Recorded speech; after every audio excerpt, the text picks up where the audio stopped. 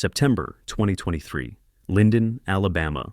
Marcus Pemberton has spent 32 years as the county historian for Marengo County, cataloging the records of a place that time seems to have forgotten. He's digitized deeds from before the Civil War, photographed crumbling courthouses, preserved the memories of a region that was once the heart of Alabama's cotton empire. The archive room in the basement of the county courthouse is his domain. Rows of metal shelving, holding boxes that contain birth certificates, death records, property transfers, and the accumulated bureaucracy of 2 centuries. Most of it is mundane. Occasionally something interesting emerges, but nothing has prepared him for what he finds on a Tuesday afternoon in late September. The box is different from the others. It's made of steel rather than cardboard, sealed with a padlock that has rusted shut over the decades.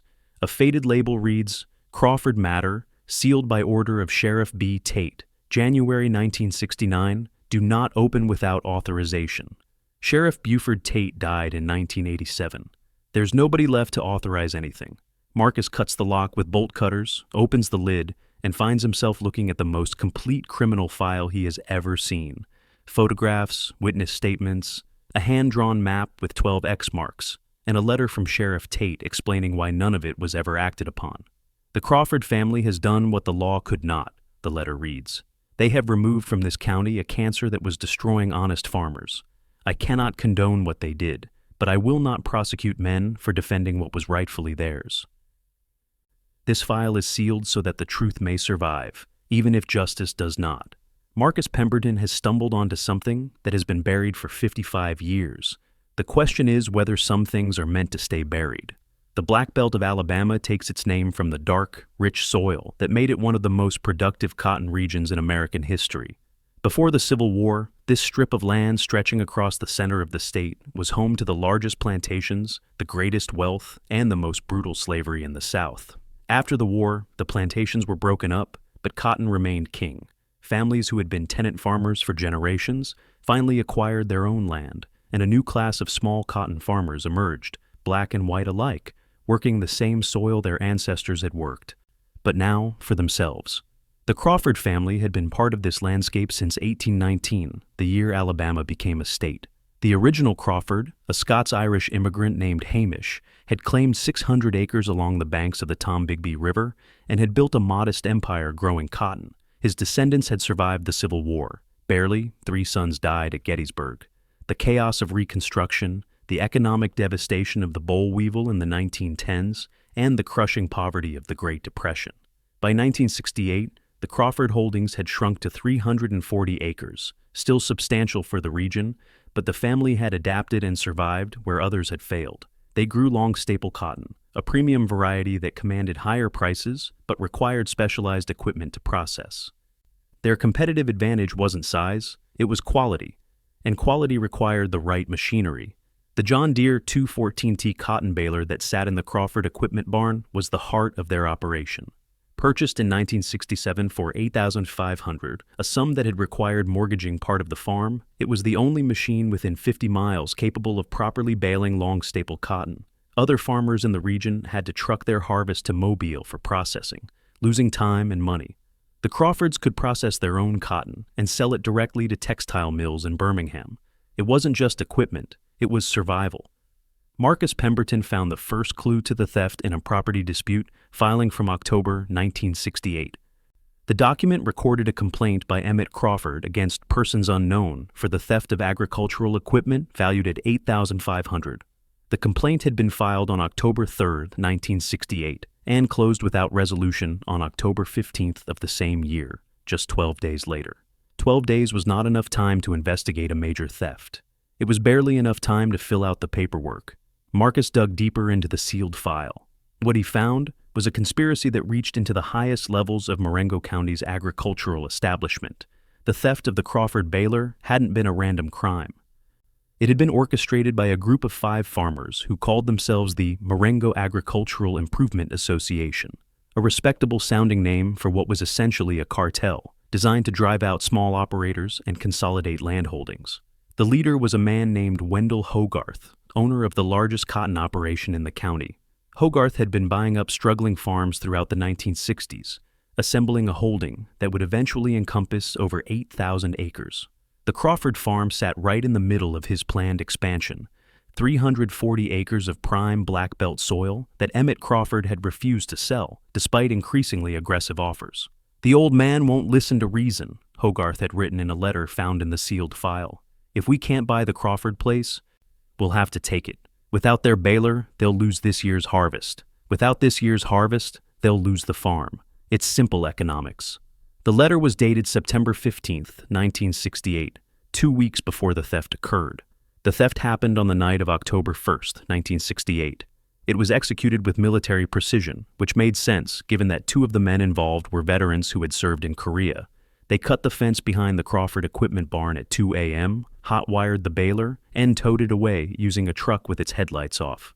The whole operation took less than 20 minutes. By morning, the baler was hidden in a barn 40 miles away, on property owned by one of Hogarth's associates. The plan was to keep it there until the Crawford farm went into foreclosure, then sell it to a dealer in Mississippi who wouldn't ask questions. What Hogarth and his associates didn't understand was what they had really stolen.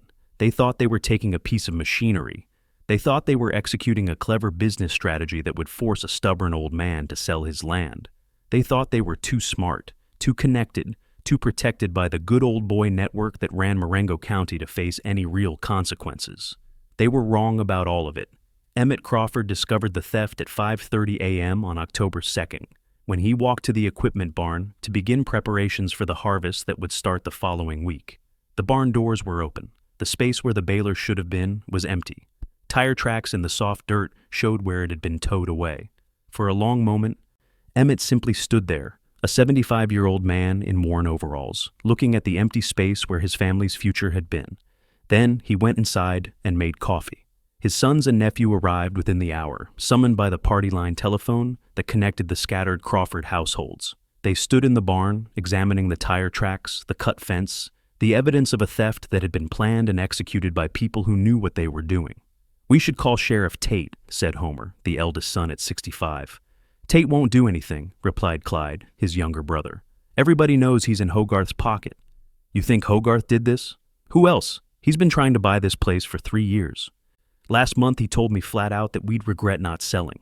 Emmett listened to his sons argue without speaking. He had learned patience in the trenches of France, lying motionless for hours waiting for a German officer to walk into his sights. He had learned that the men who acted rashly were the men who died. "We file a report," he finally said. "We do everything proper and legal. We give the sheriff a chance to do his job." "And when he doesn't?" asked Virgil, Emmett's younger brother. "Then we do ours." The report was filed that same day.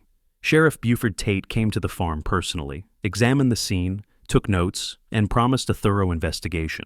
Nothing happened. Days passed. The harvest window was approaching. Cotton had to be picked and baled within a narrow time frame to maintain quality. Without the baler, the Crawfords faced 2 terrible options: sell their cotton as raw fiber for a fraction of its value, or let it rot in the fields.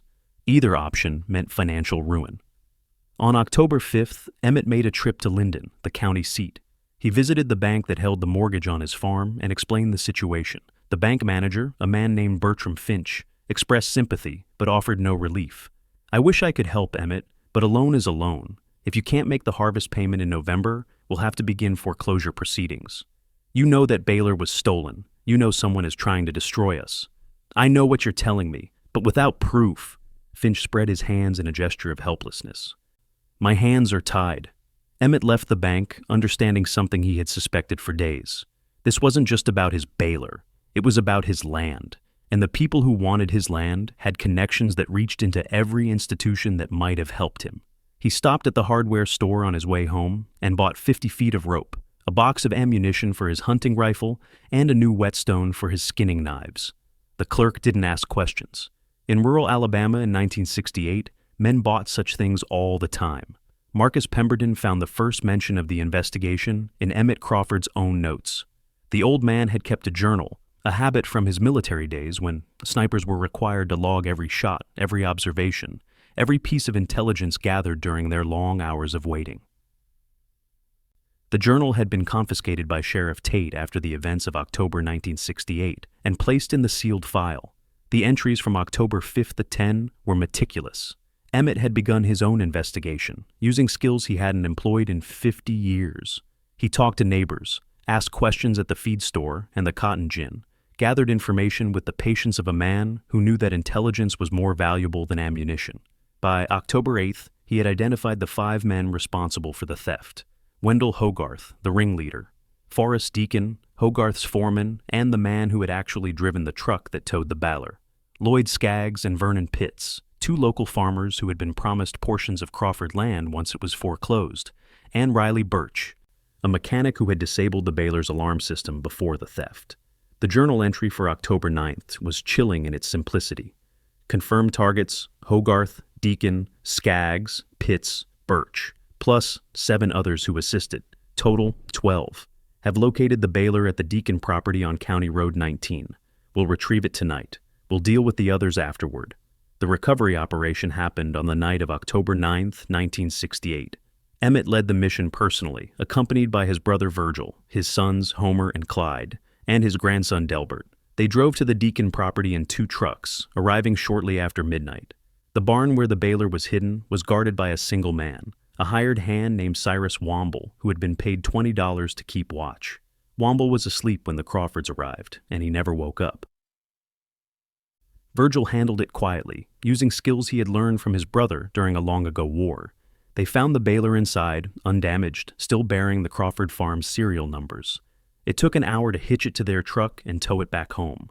By dawn on October 10th, the Baler was back in the Crawford equipment barn, as if it had never been stolen, but the Crawfords weren't finished. "We got the machine back," Homer said at the family meeting that morning. "Maybe we should let it go at that." "Let it go?" Clyde's voice was incredulous.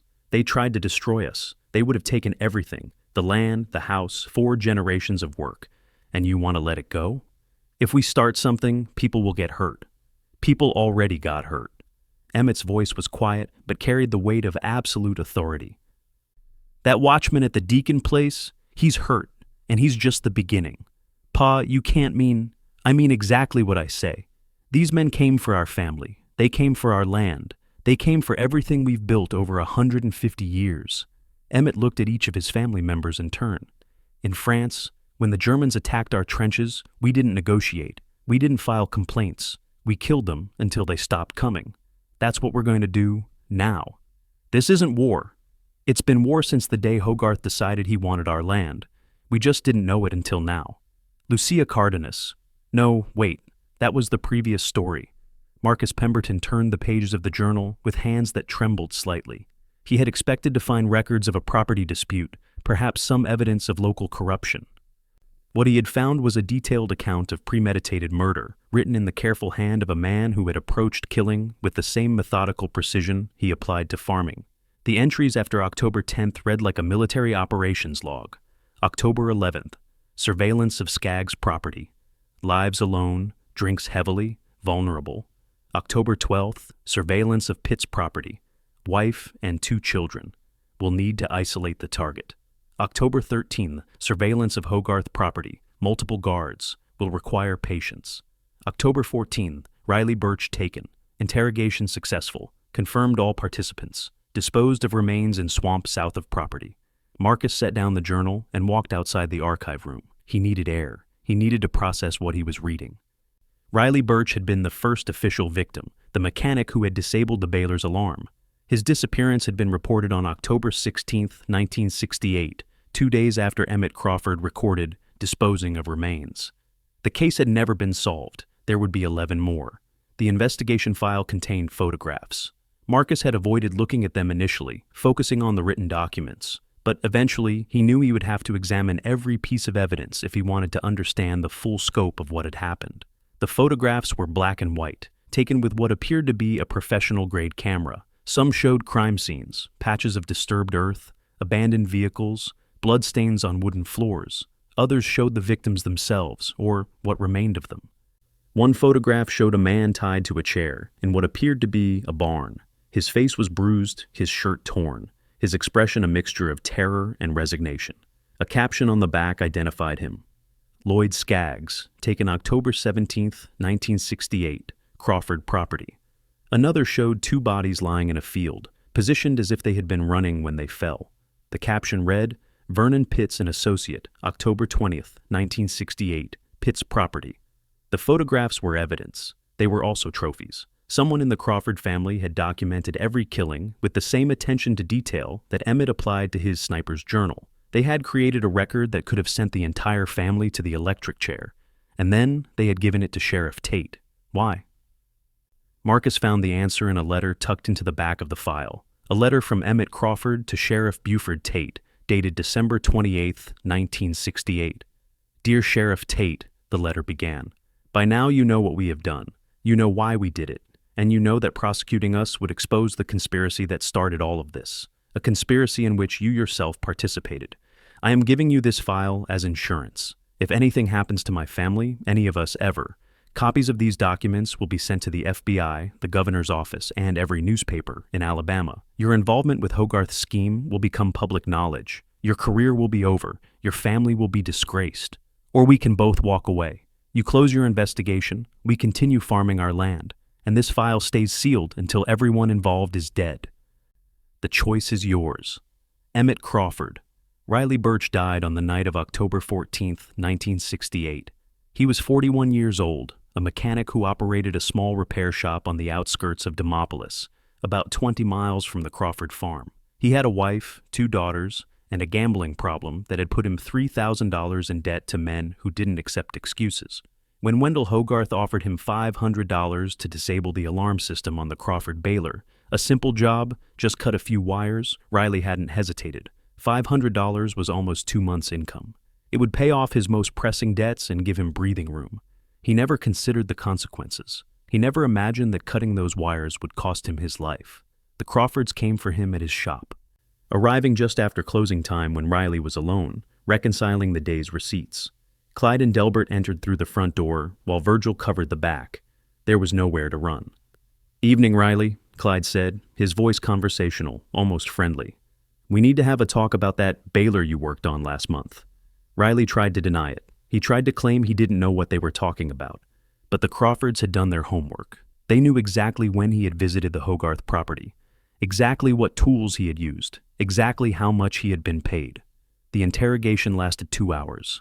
By the end, Riley had confirmed everything Emmett suspected and provided additional names. Men who had helped plan the theft, men who had provided transportation, men who had agreed to buy the Crawford land once it was foreclosed. The conspiracy was larger than anyone had imagined, involving 12 people in total, 12 targets. When Riley had nothing left to offer, Emmett nodded to his sons. They took the mechanic to a stretch of swampland south of the Crawford property, a place where the Tombigbee River had created a maze of bayous and cypress stands that could swallow a body without a trace. Riley Birch was never seen again. His wife reported him missing on October 16th. The sheriff's investigation concluded that he had likely fled to escape his gambling debts. Case closed. Marcus Pemberton found Riley Birch's file in the county records, a thin folder containing a missing persons report, a few witness statements, and a notation that the case had been closed without resolution in November 1968. The contrast between that sparse official record and the detailed account in Emmett Crawford's journal was stark. The journal described the interrogation in clinical detail. Questions asked, answers received, techniques employed to ensure cooperation. It read like a military debriefing report, which, in a sense, it was.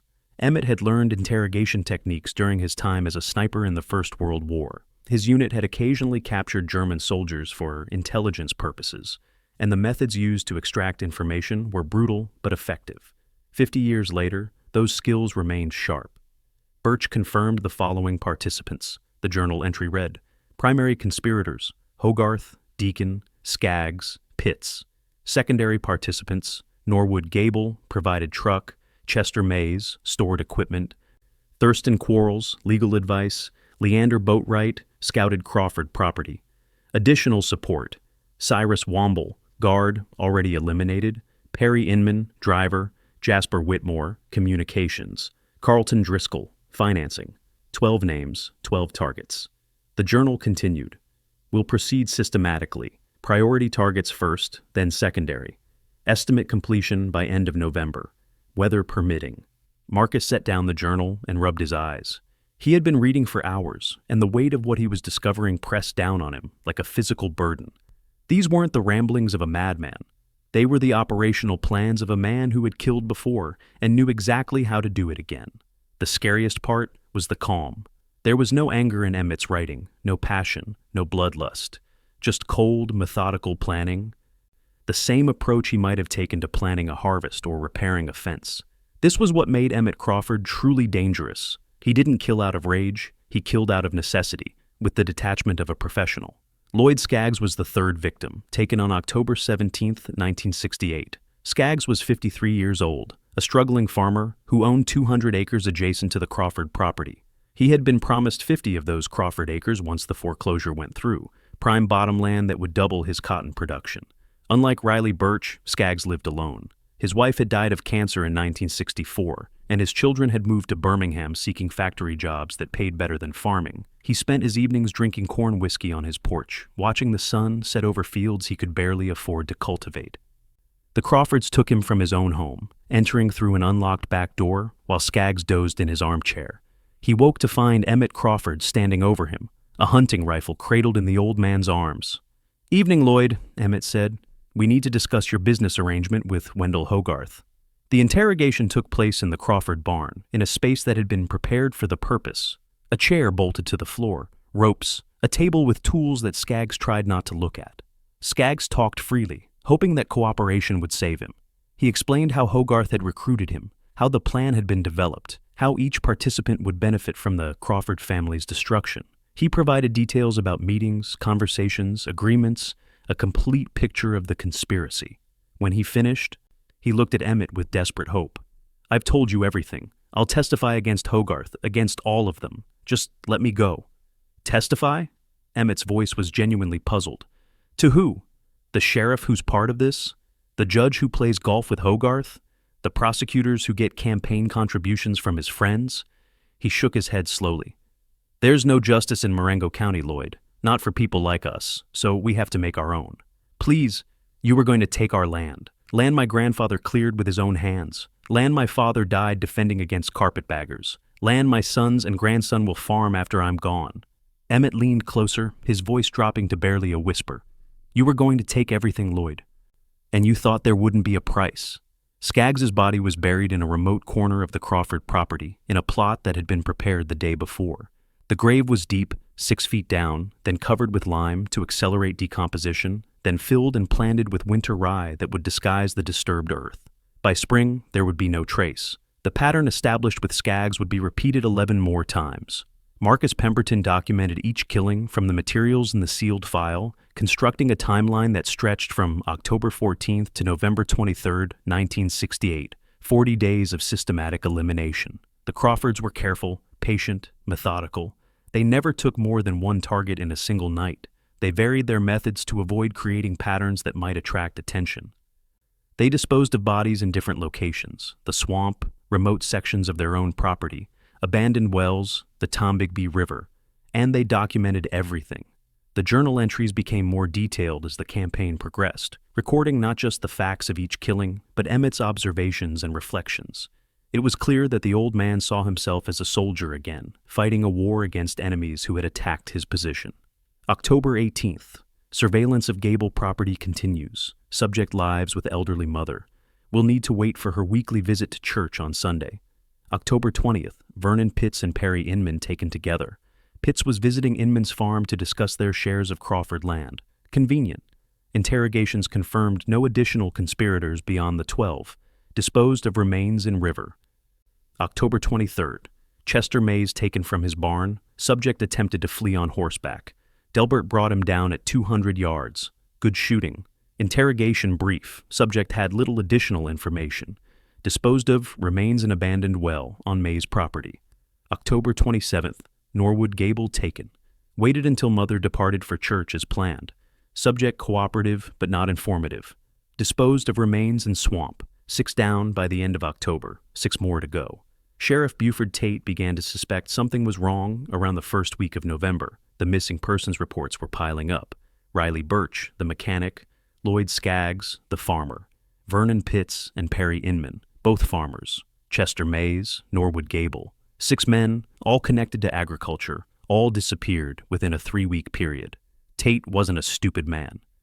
He had been sheriff of Marengo County for 16 years, and he hadn't survived that long by ignoring patterns. But he was also a compromised man. He had accepted money from Wendell Hogarth for years, looking the other way when Hogarth's business practices crossed legal lines. The theft of the Crawford Baler had been one of those instances. Tate had known about it in advance, had agreed to bury any investigation in exchange for a promise that he would receive a percentage of the profits once the Crawford land was sold. Now the men who had executed that theft were disappearing, one by one. Tate drove to the Hogarth plantation on November 3rd, finding the wealthy farmer in his study, surrounded by ledgers and maps showing his expanding empire.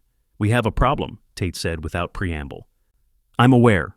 Hogarth's voice was tight with barely controlled fear. "6 of my people are gone. I assume the Crawfords are responsible." "You assume?" "Wendell, this is beyond assuming. 6 men don't just vanish. Someone is killing them, and there's only one family with motive." "Then arrest them."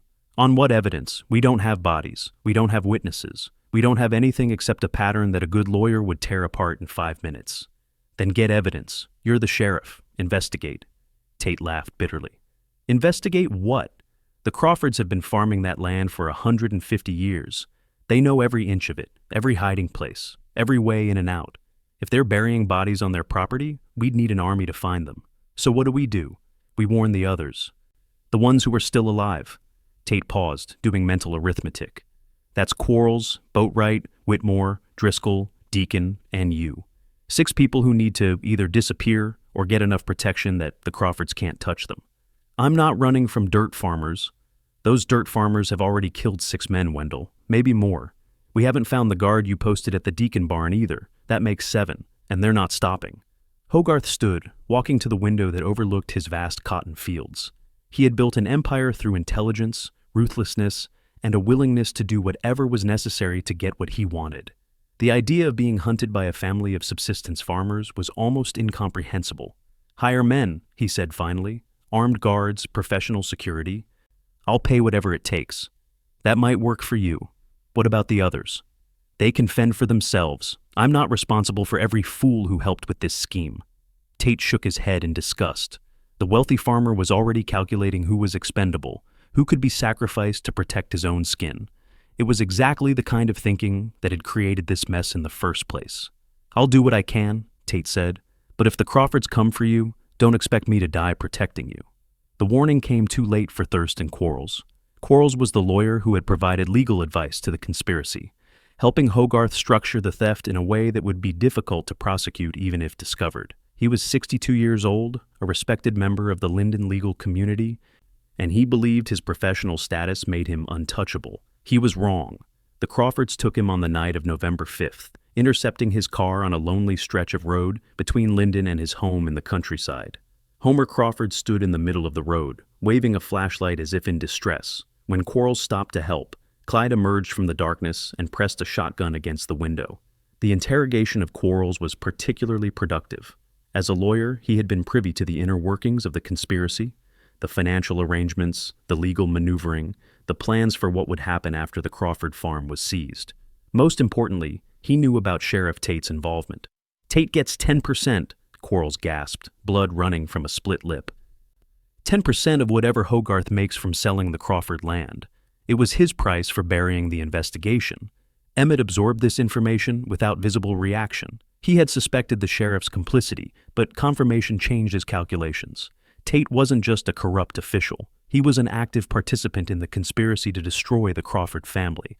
But killing a sheriff was different from killing farmers and mechanics. It would bring state investigators, possibly federal attention. The risk was too high. Instead, Emmett decided to use the information differently. "Thank you for your honesty, Mr. Quarles," he said when the interrogation was complete. "You've been very helpful. Then you'll let me go?" "No, but I'll make it quick." Quarles's body joined the others in the swamp. But the information he had provided would prove more valuable than any confession. Marcus Pemberton found Sheriff Tate's personal notes in a separate envelope within the sealed file. The notes were dated November 1968 and continued sporadically through December. They painted a picture of a man watching his world collapse, unable to stop what was happening, increasingly desperate to find a way out. November 6th, Quarles missing. That's 7. Hogarth has hired armed guards, 3 men from Mobile with military backgrounds, others are on their own. November 9th, Leander Boatwright missing. Wife says he went to check on equipment and never came back. 8. November 11th, Jasper Whitmore missing. Disappeared from his own home while wife was visiting relatives. 9. November 15th, Carlton Driscoll missing. His car was found abandoned on County Road 7. No sign of struggle. 10. November 18th, Forrest Deacon missing despite Hogarth's security measures. Guards say he stepped out for a cigarette and never returned. 11. November 21st. Have advised Hogarth to leave the county. He refuses. Says he won't be driven from his own land by farmers. Fool. November 23rd. Hogarth taken. Guards found unconscious, drugged somehow. Hogarth gone. 12. The notes ended there, but Marcus knew the story wasn't over. The sealed file existed because Sheriff Tate had made a deal, had accepted the Crawford's terms rather than pursue justice that would have exposed his own crimes. It was the ultimate corruption, a lawman who had helped plan a crime, then covered up the revenge killings that resulted from it, all to protect himself. Marcus understood now why the file had been sealed. It wasn't to protect the Crawfords, it was to protect Buford Tate. The taking of Wendell Hogarth was the operation's crowning achievement. By late November, Hogarth had transformed his plantation house into a fortress. 3 armed guards patrolled the grounds around the clock. Motion-sensitive lights illuminated the perimeter. Attack dogs roamed the property after dark. Every precaution that money could buy had been implemented. None of it mattered. Emmett Crawford had spent months lying in shell craters and ruined buildings, waiting for German officers to expose themselves for just a moment. He had learned patience that most men couldn't imagine, the ability to remain motionless for hours, barely breathing until the perfect opportunity presented itself. He applied that patience to Wendell Hogarth. For 3 days, Emmett observed the plantation from a concealed position on the neighboring property.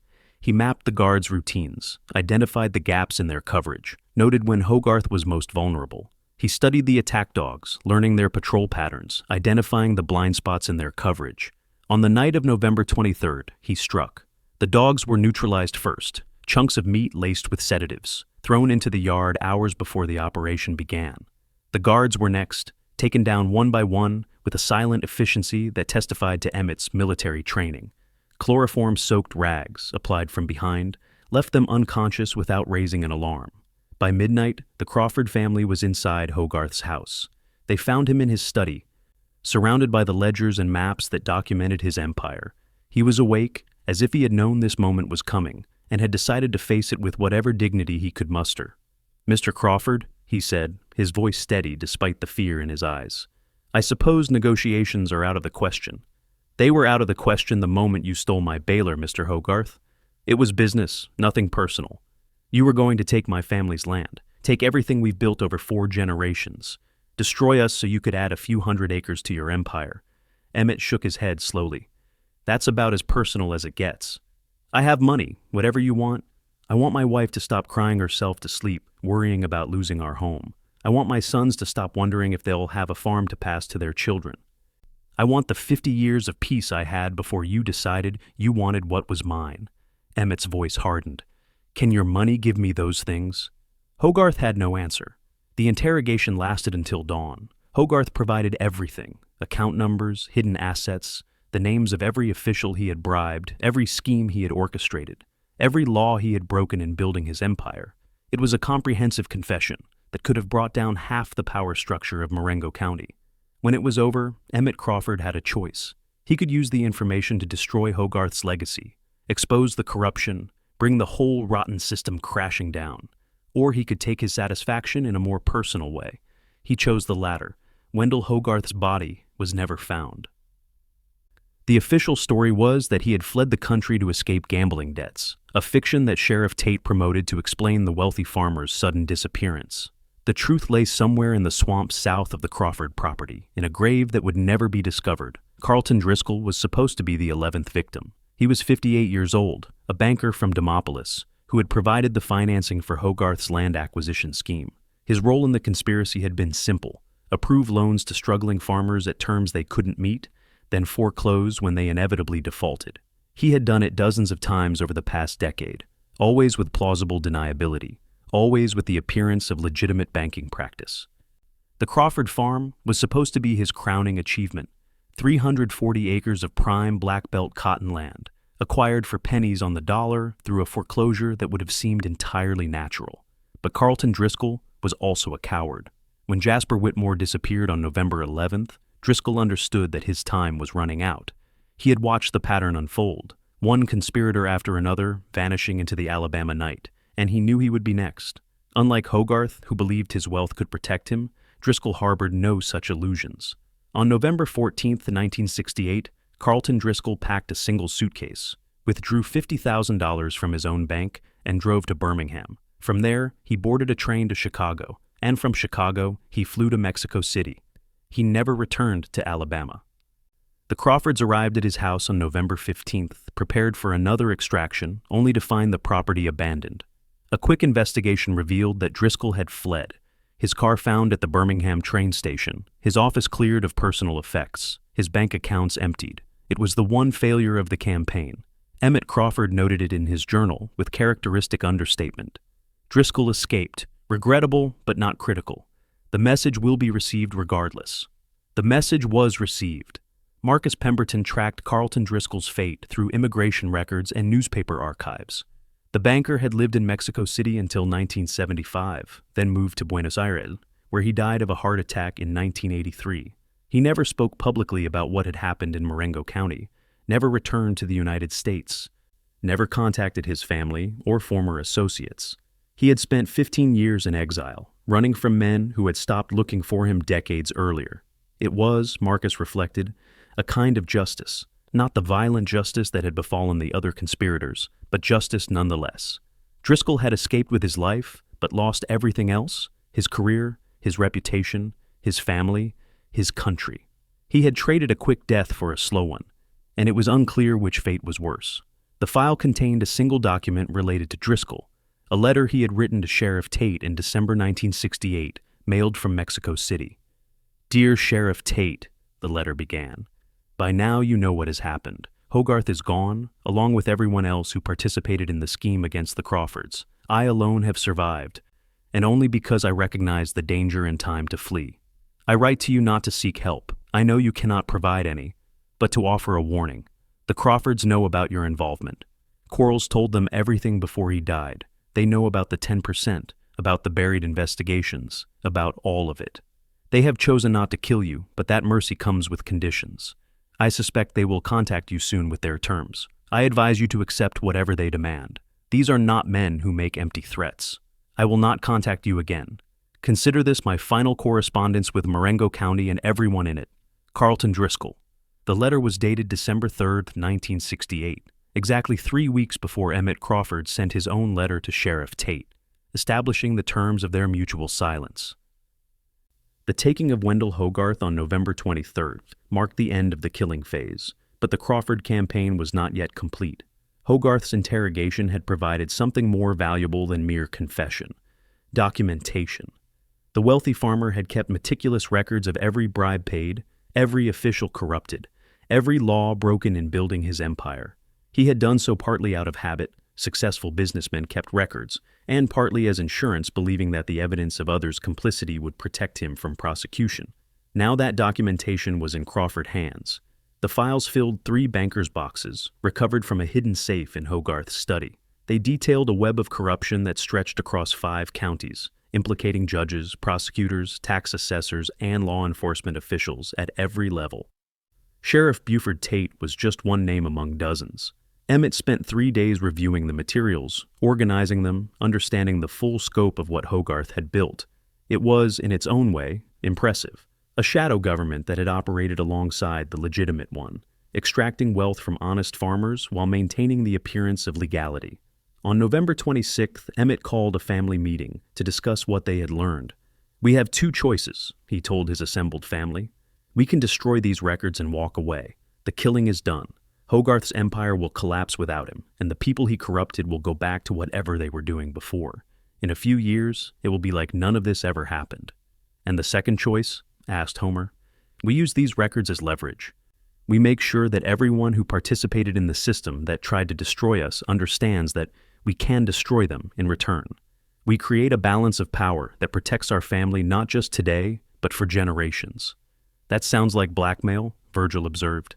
"It is blackmail. The question is whether we're comfortable with that." The family debated for hours. Homer argued for destroying the records. They had done enough. killed enough, risked enough. Continuing down this path invited complications that might eventually consume them. Clyde disagreed. The records were insurance, protection against future attacks. Delbert, the youngest, remained silent, clearly overwhelmed by the magnitude of what the family had done. In the end, Emmett made the decision himself. We keep the records, we use them to protect ourselves. And we make sure that everyone who needs to understand our position understands it. Sheriff Buford Tate received Emmett Crawford's letter on December 28, 1968. He read it 3 times, his hands trembling slightly as the implications became clear. The old farmer wasn't just threatening him. He was offering a deal. Silence for silence. Protection for protection. It was, Tate realized, the best outcome he could have hoped for. He had spent the previous 6 weeks watching the conspiracy unravel, watching men he had known for years disappear one by one, watching his own complicity grow more damaging with each passing day. He had expected to be next, had even made contingency plans for fleeing the county if the Crawfords came for him. Instead, they were offering him a way out. The terms were simple. Tate would close all investigations related to the missing men. He would file reports attributing their disappearances to various mundane causes: gambling debts, marital problems, business failures. He would ensure that no state or federal authorities took interest in Marengo County's unusually high rate of missing persons. In exchange, the Crawfords would keep their silence about his involvement with Hogarth. They would not distribute the documents proving his corruption. They would allow him to continue as sheriff, to serve out his career, to retire with his reputation intact. It was blackmail, but it was also mercy. Tate accepted the terms. On January 3, 1969, he officially closed all 12 missing persons cases, citing lack of evidence and resources. The files were sealed by his personal order, stored in a steel box in the courthouse basement, and labeled with instructions that they not be opened without authorization. The authorization that would never come. Marcus Pemberton understood now why the file had remained sealed for 55 years. It wasn't just about protecting the Crawfords, it was about protecting everyone. The sheriff, the corrupt officials documented in Hogarth's files, the families of the victims who might not want to know what their relatives had done, the institutions that had been compromised by decades of corruption. Opening the file meant unraveling all of it. It meant exposing crimes that had been committed half a century ago, implicating people who were long dead, disturbing a peace that had held for 2 generations. But it also meant justice, or at least the possibility of justice. Marcus found himself facing the same choice that Emmett Crawford had faced in 1968. He could destroy the file, protect the status quo, allow the secrets to remain buried, or he could expose the truth, regardless of the consequences. Unlike Emmett, Marcus didn't have family to consult. He was 64 years old, divorced, childless, with no one depending on him and no one to protect. His only obligation was to history, to the truth that he had dedicated his career to preserving. He decided to keep reading. The aftermath of the Crawford campaign unfolded over the following months. With Hogarth dead and his empire leaderless, the various schemes he had orchestrated began to collapse. Loans he had arranged were called in by nervous banks. Properties he had acquired were sold to cover debts. The web of corruption he had built started to fray as the people caught in it scrambled to distance themselves. The Crawford farm not only survived, but prospered. The 1968 cotton harvest was completed successfully, the baler operating perfectly throughout the season. The crop was sold at premium prices, generating enough income to pay off the mortgage and leave a comfortable surplus. For the first time in years, the Crawfords were financially secure, but the psychological costs were harder to measure. Emmett's journal entries from late 1968 and early 1969 showed a man grappling with what he had done. The clinical detachment that had characterized the operational phase gave way to something more reflective, more troubled. December 15, 1968. Cannot sleep. Keep seeing their faces, not the way they looked when we took them, but the way they looked in the moments before. Afraid, desperate, human. December 22, 1968. Virgil asked me today if I regret what we did. I told him no. But the truth is more complicated. I regret that it was necessary. I regret that we live in a world where such things are necessary. I do not regret protecting my family. January 5th, 1969. The sheriff has accepted our terms. The files are sealed. It is finished. But I do not feel finished. I feel like I am waiting for something. Judgment, perhaps, or consequence. God's justice, if such a thing exists. January 20th, 1969. Church today. Reverend Morrison preached on the commandment against killing. I sat in the pew where my father sat, and his father before him, and I thought about the 12 men I have killed in the past 3 months. Wondered if God sees a difference between killing in war and killing in peace. Wondered if he forgives soldiers who cannot stop being soldiers. The journal continued sporadically through 1969, then trailed off. The last entry was dated September 4th, 1969. Have decided to stop writing. These pages contain too much truth that could destroy my family if discovered. We'll give them to Tate for safekeeping. He has as much to lose as we do. The box will be sealed. Perhaps someday, when everyone involved is dead, someone will open it and understand what we did and why. I am 76 years old. I have killed over 50 men in my lifetime, 40 in France, 12 here. I have been a farmer, a soldier, a father, a murderer. When I meet my maker, I will not make excuses. I will say, I protected what was mine. Judge me as you will. Emmett Crawford. The years that followed were quiet ones for the Crawford family. Marcus pieced together their story from census records, property filings, obituaries, and the occasional newspaper mention. It was the ordinary chronicle of a rural American family, births and deaths, weddings and funerals, good harvests and bad ones. Emmett Crawford died on March 17, 1973, at the age of 79.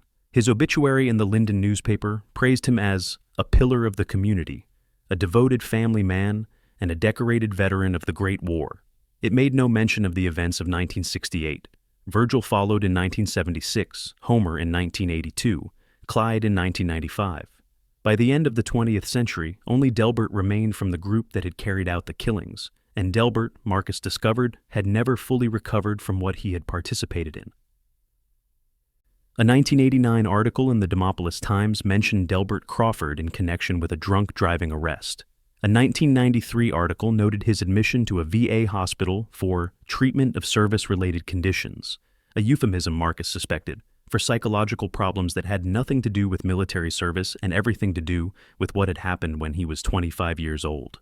Delbert Crawford died in 2001 at the age of 58. His obituary was brief, just a listing of survivors and funeral arrangements, with none of the praise that had accompanied his grandfather's passing. The Crawford farm passed to Delbert's children, who sold it in 2008 to an agricultural corporation. The land that Emmett had killed to protect was now part of a vast industrial operation, the family connection severed, the history forgotten. Or almost forgotten. Marcus found one more document in the sealed file, a letter addressed to whoever opens this box, written in a shaky hand that he recognized from the later journal entries. The letter was undated but appeared to have been written sometime in the early 1970s, probably during Emmett's final years.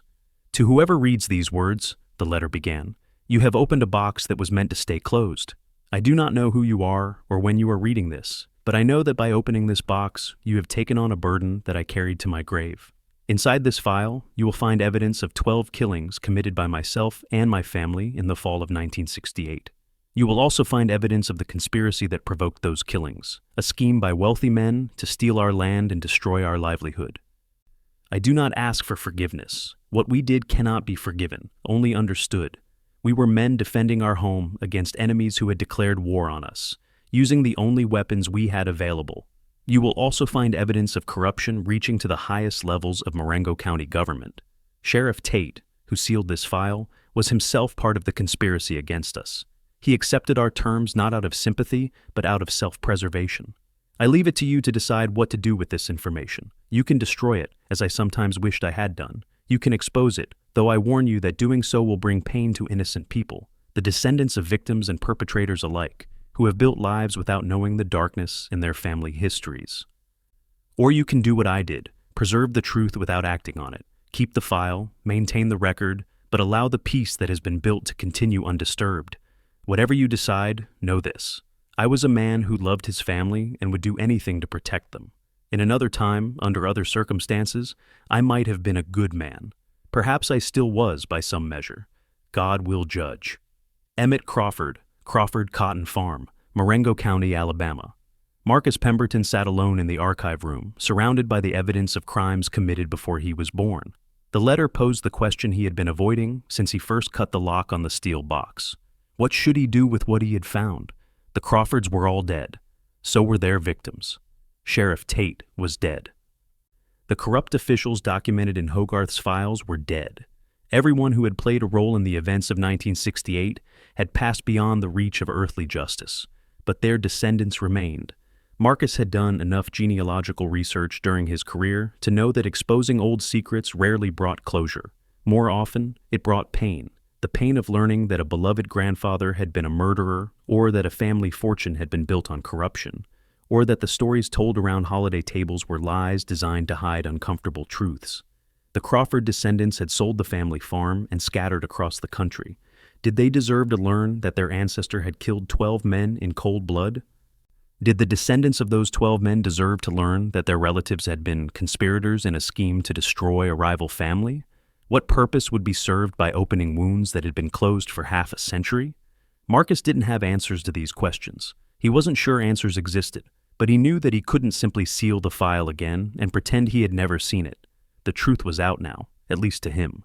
What he did with it would define not just his legacy as a historian, but his character as a human being.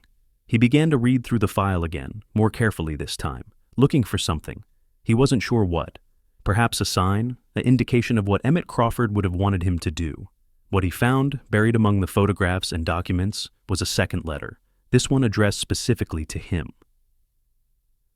Not to him by name, of course. Emmett couldn't have known who would eventually open the file, but the letter was addressed to the historian who reads this, and it contained instructions that seemed remarkably prescient. If you are a historian, the letter read, then you understand that truth and justice are not always the same thing. You understand that the past cannot be changed, only interpreted. You understand that some stories are meant to be preserved and others are meant to be told. This story is meant to be preserved. Write it down if you must. Document what happened, analyze it, understand it. That is your job, and I do not ask you to abandon it. But do not publish it while anyone who could be hurt still lives. Let the descendants find peace in ignorance. Let the community heal without reopening wounds. When everyone is gone, victims, perpetrators, their children, their grandchildren, then the story can be told. Then it becomes history rather than scandal, a cautionary tale rather than an accusation. Until then, be the keeper of secrets, as I have been. Bear the weight of knowledge that cannot be shared. It is a heavy burden, but it is the right one. God bless you in your work. Emmett Crawford. Marcus Pemberton spent 3 weeks with the Crawford file. He read every document multiple times, transcribed the journal entries, cataloged the photographs, cross-referenced the victim list with county records. He built a timeline that tracked every killing, every cover-up, every decision that had shaped the events of 1968. He also researched the descendants the Crawfords had scattered after selling the farm in 2008. Delbert's children, 2 sons and a daughter, lived in Atlanta, Houston, and Seattle respectively. They had professional careers, families of their own, lives that bore no connection to the cotton fields of Marengo County. Marcus found them on social media, saw photographs of their children and grandchildren, glimpsed the ordinary American lives they had built far from Alabama. Did they know what their great-grandfather had done? Did they know that the farm they had inherited and sold was purchased with blood money, preserved through murder? Marcus doubted it.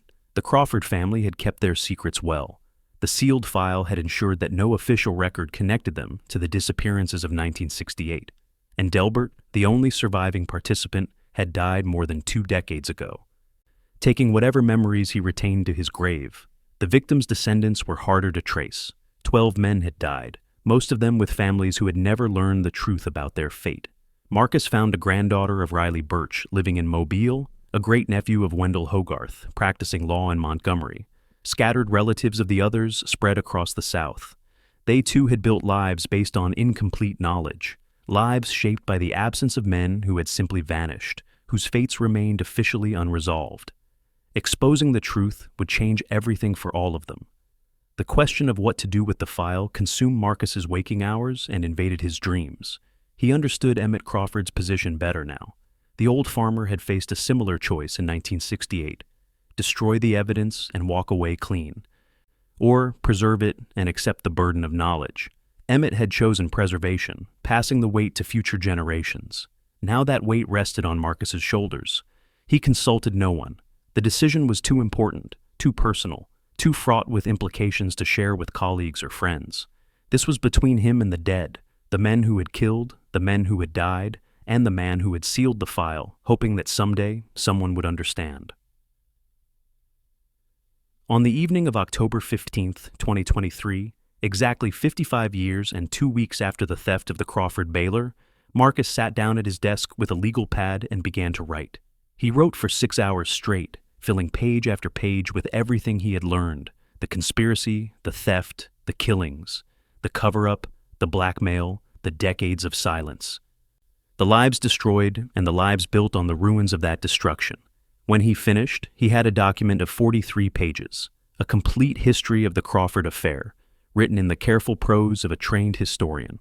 It was the story Emmett Crawford had wanted preserved. The question was whether it was also the story that should be told. Marcus drove to the Crawford farm on a Saturday morning in late October. The property had changed hands twice since the family sold it in 2008. It was now part of a corporate agricultural operation spanning 15,000 acres, managed by executives in Birmingham who had never set foot on the land they controlled. The original farmhouse had been demolished in 2012, replaced by a metal equipment shed. The equipment barn where the Baler had been stolen was gone, its foundations buried beneath a modern concrete pad. Nothing remained of the Crawford presence except the family cemetery. It sat on a small rise at the edge of what had been the original homestead, a quarter-acre plot surrounded by a wrought iron fence that had rusted to a deep orange. Inside, headstones marked 5 generations of Crawfords, from Hamish, the original settler who had died in 1867, to Delbert, whose simple marker bore only his name and dates.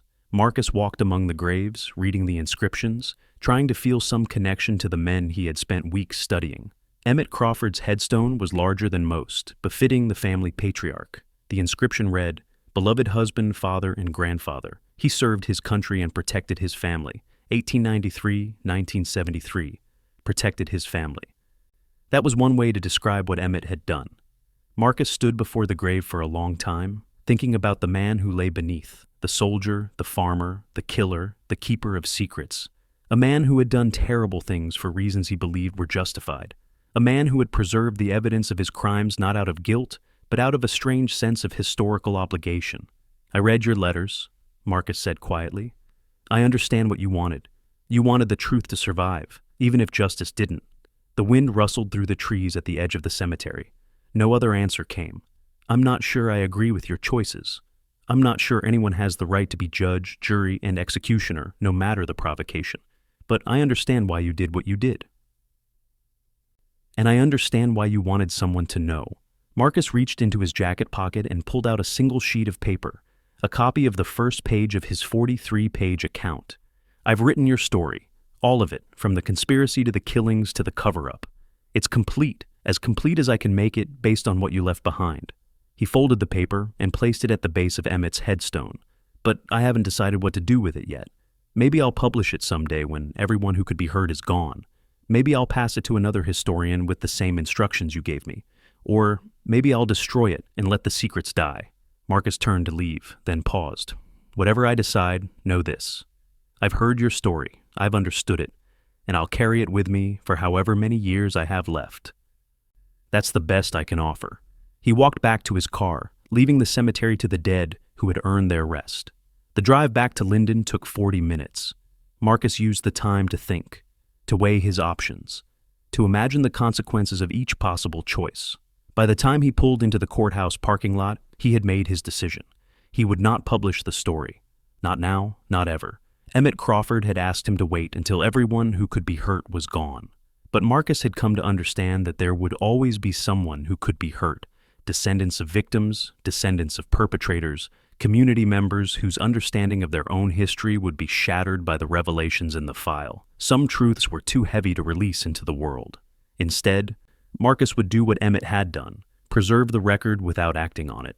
He would keep the file, maintain its contents, perhaps add his own analysis and interpretation. And when his time came, he would pass it to someone else, another historian, another keeper of secrets, with instructions to do the same. The truth would survive. That was what mattered. Whether it was ever told was a question for future generations to answer. Marcus returned to the archive room and began the process of resealing the file. He worked methodically, organizing the documents in the order he had found them, replacing the photographs in their protective sleeves, ensuring that everything was preserved for whoever might open the box next. But he made one addition. At the top of the stack, he placed his 43-page account of the Crawford affair, a complete history written by a professional historian with full access to the original sources. He also included a letter of his own, addressed to the next person who would open the file. To whoever reads these words, the letter began. You have opened a box that contains the truth about 12 deaths that occurred in Marengo County, Alabama, in the fall of 1968. You have also inherited a responsibility that has been passed down since those events occurred. I am Marcus Pemberton, county historian, and I opened this file in September 2023. I spent 3 weeks studying its contents, and I have written a complete account of what happened, which you will find enclosed. Like Emmett Crawford before me, I have chosen not to publish this story. I believe that some truths serve history better when they are preserved than when they are told. The people involved, both victims and perpetrators, are long dead, but their descendants remain. Publishing this account would bring them pain without bringing anyone justice. You may disagree with my decision. You may believe that truth should always be told, regardless of consequences. If so, I leave you free to make a different choice, but I ask you to consider carefully before acting. Consider the families who have built lives without knowing the darkness in their past. Consider the community that has healed without ever understanding the wound. Consider whether revealing the truth will bring more light than shadow. Whatever you decide, know that I have done my duty as I understood it. I have preserved the record. I have added my own analysis. I have ensured that the truth will survive, even if it is never widely known. That is all any of us can do. God bless you in your work. Marcus Pemberton, Marengo County historian, October 2023. Marcus sealed the steel box with a new padlock and returned it to its place on the archive shelf. He created a new label for the box. Crawford Matter, Historical Archive, Restricted Access, see County Historian for authorization.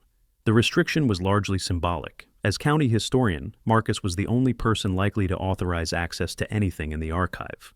But it established a formal barrier, a signal to future historians that this particular box contained something sensitive.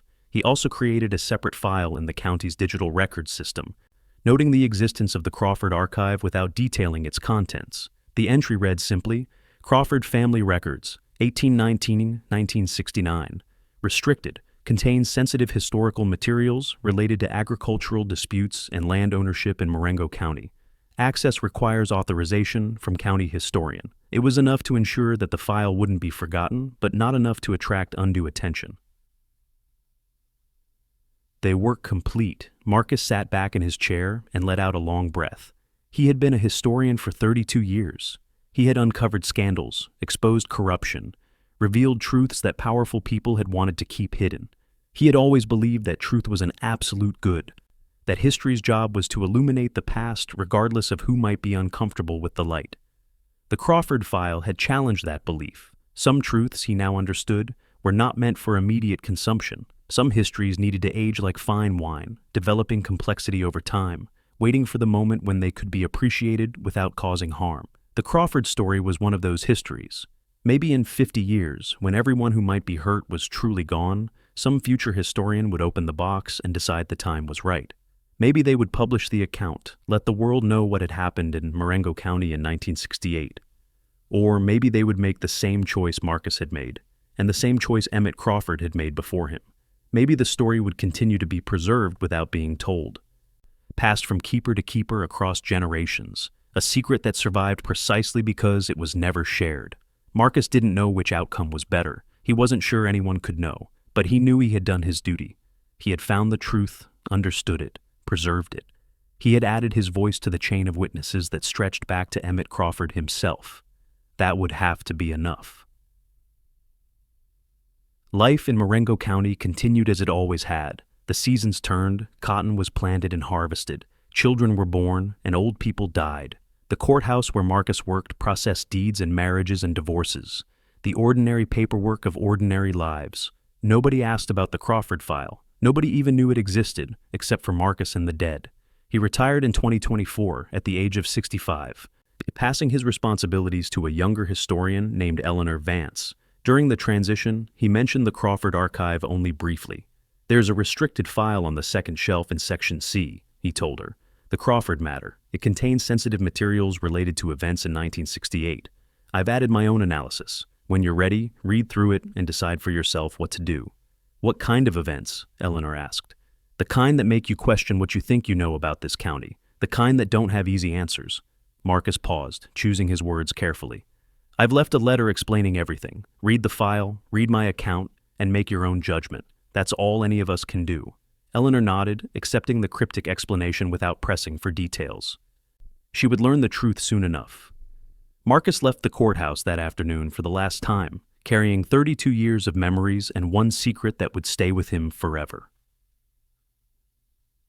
Eleanor Vance opened the Crawford file on a rainy afternoon in March 2025. She was 34 years old, a PhD from the University of Alabama, specializing in the history of the Black Belt region. She had taken the county historian position as a stepping stone to an academic career, expecting to spend a few years cataloging mundane records before moving on to more prestigious work. The Crawford file changed everything. She read Marcus Pemberton's account first, all 43 pages of it.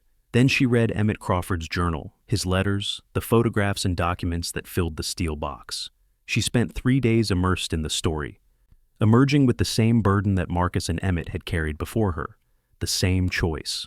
Eleanor considered publishing the story. It was historically significant, a case study in rural violence, corruption, and vigilante justice that would interest scholars and general readers alike. She could write articles, maybe even a book. It could launch her academic career. But she also understood the costs. She had identified the descendants as Marcus had done. Good people living good lives, unaware of the darkness in their family histories. Did she have the right to shatter their peace for the sake of historical truth? She wasn't sure. In the end, Eleanor made a different choice than Marcus had made. She didn't publish the full story, but she didn't simply seal the file again either. Instead, she wrote her own account, a condensed version that presented the Crawford affair as a historical case study, without naming names or identifying descendants. The article appeared in the Alabama Historical Quarterly in the fall of 2025 under the title Vigilante Justice in the Black Belt, a case study from Marengo County. It described the events of 1968 in general terms, analyzing the social and economic factors that had led to the violence without exposing the specific individuals involved. It was a compromise, a way to preserve the historical truth while protecting the innocent from its consequences. Whether it was the right choice, Eleanor couldn't say. She wasn't sure any of the choices available to her were truly right.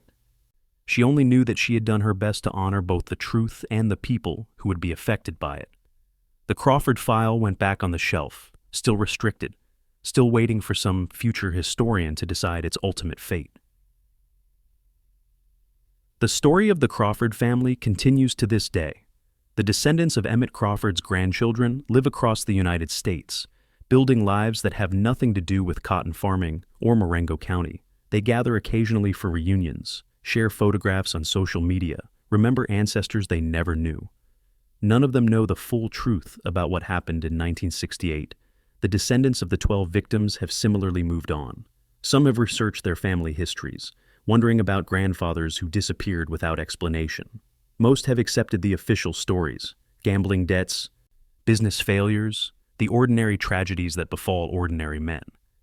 None of them know how their relatives really died.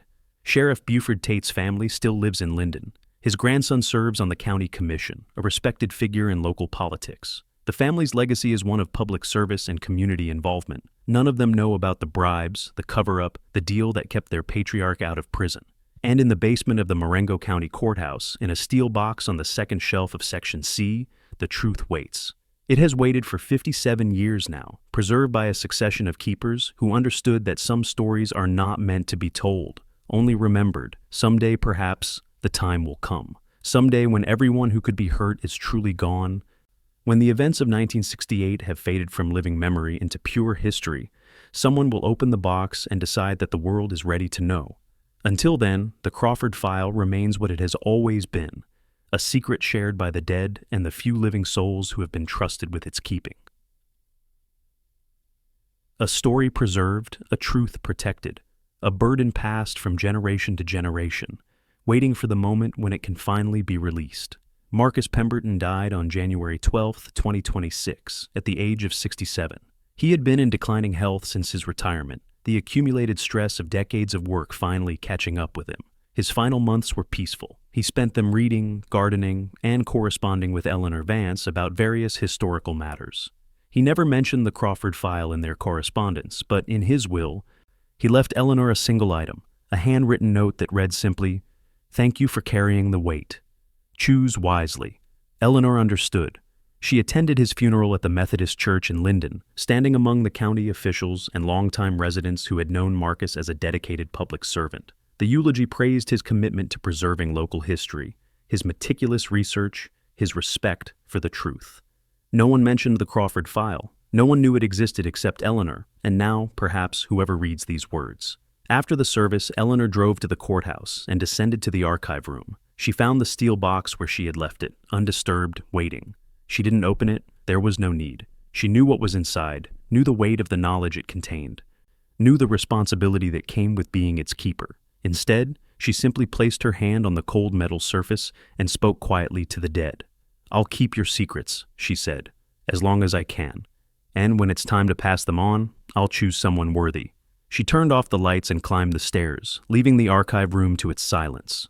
Below, in the darkness, the Crawford file waited. It had been waiting for 57 years. It could wait a little longer.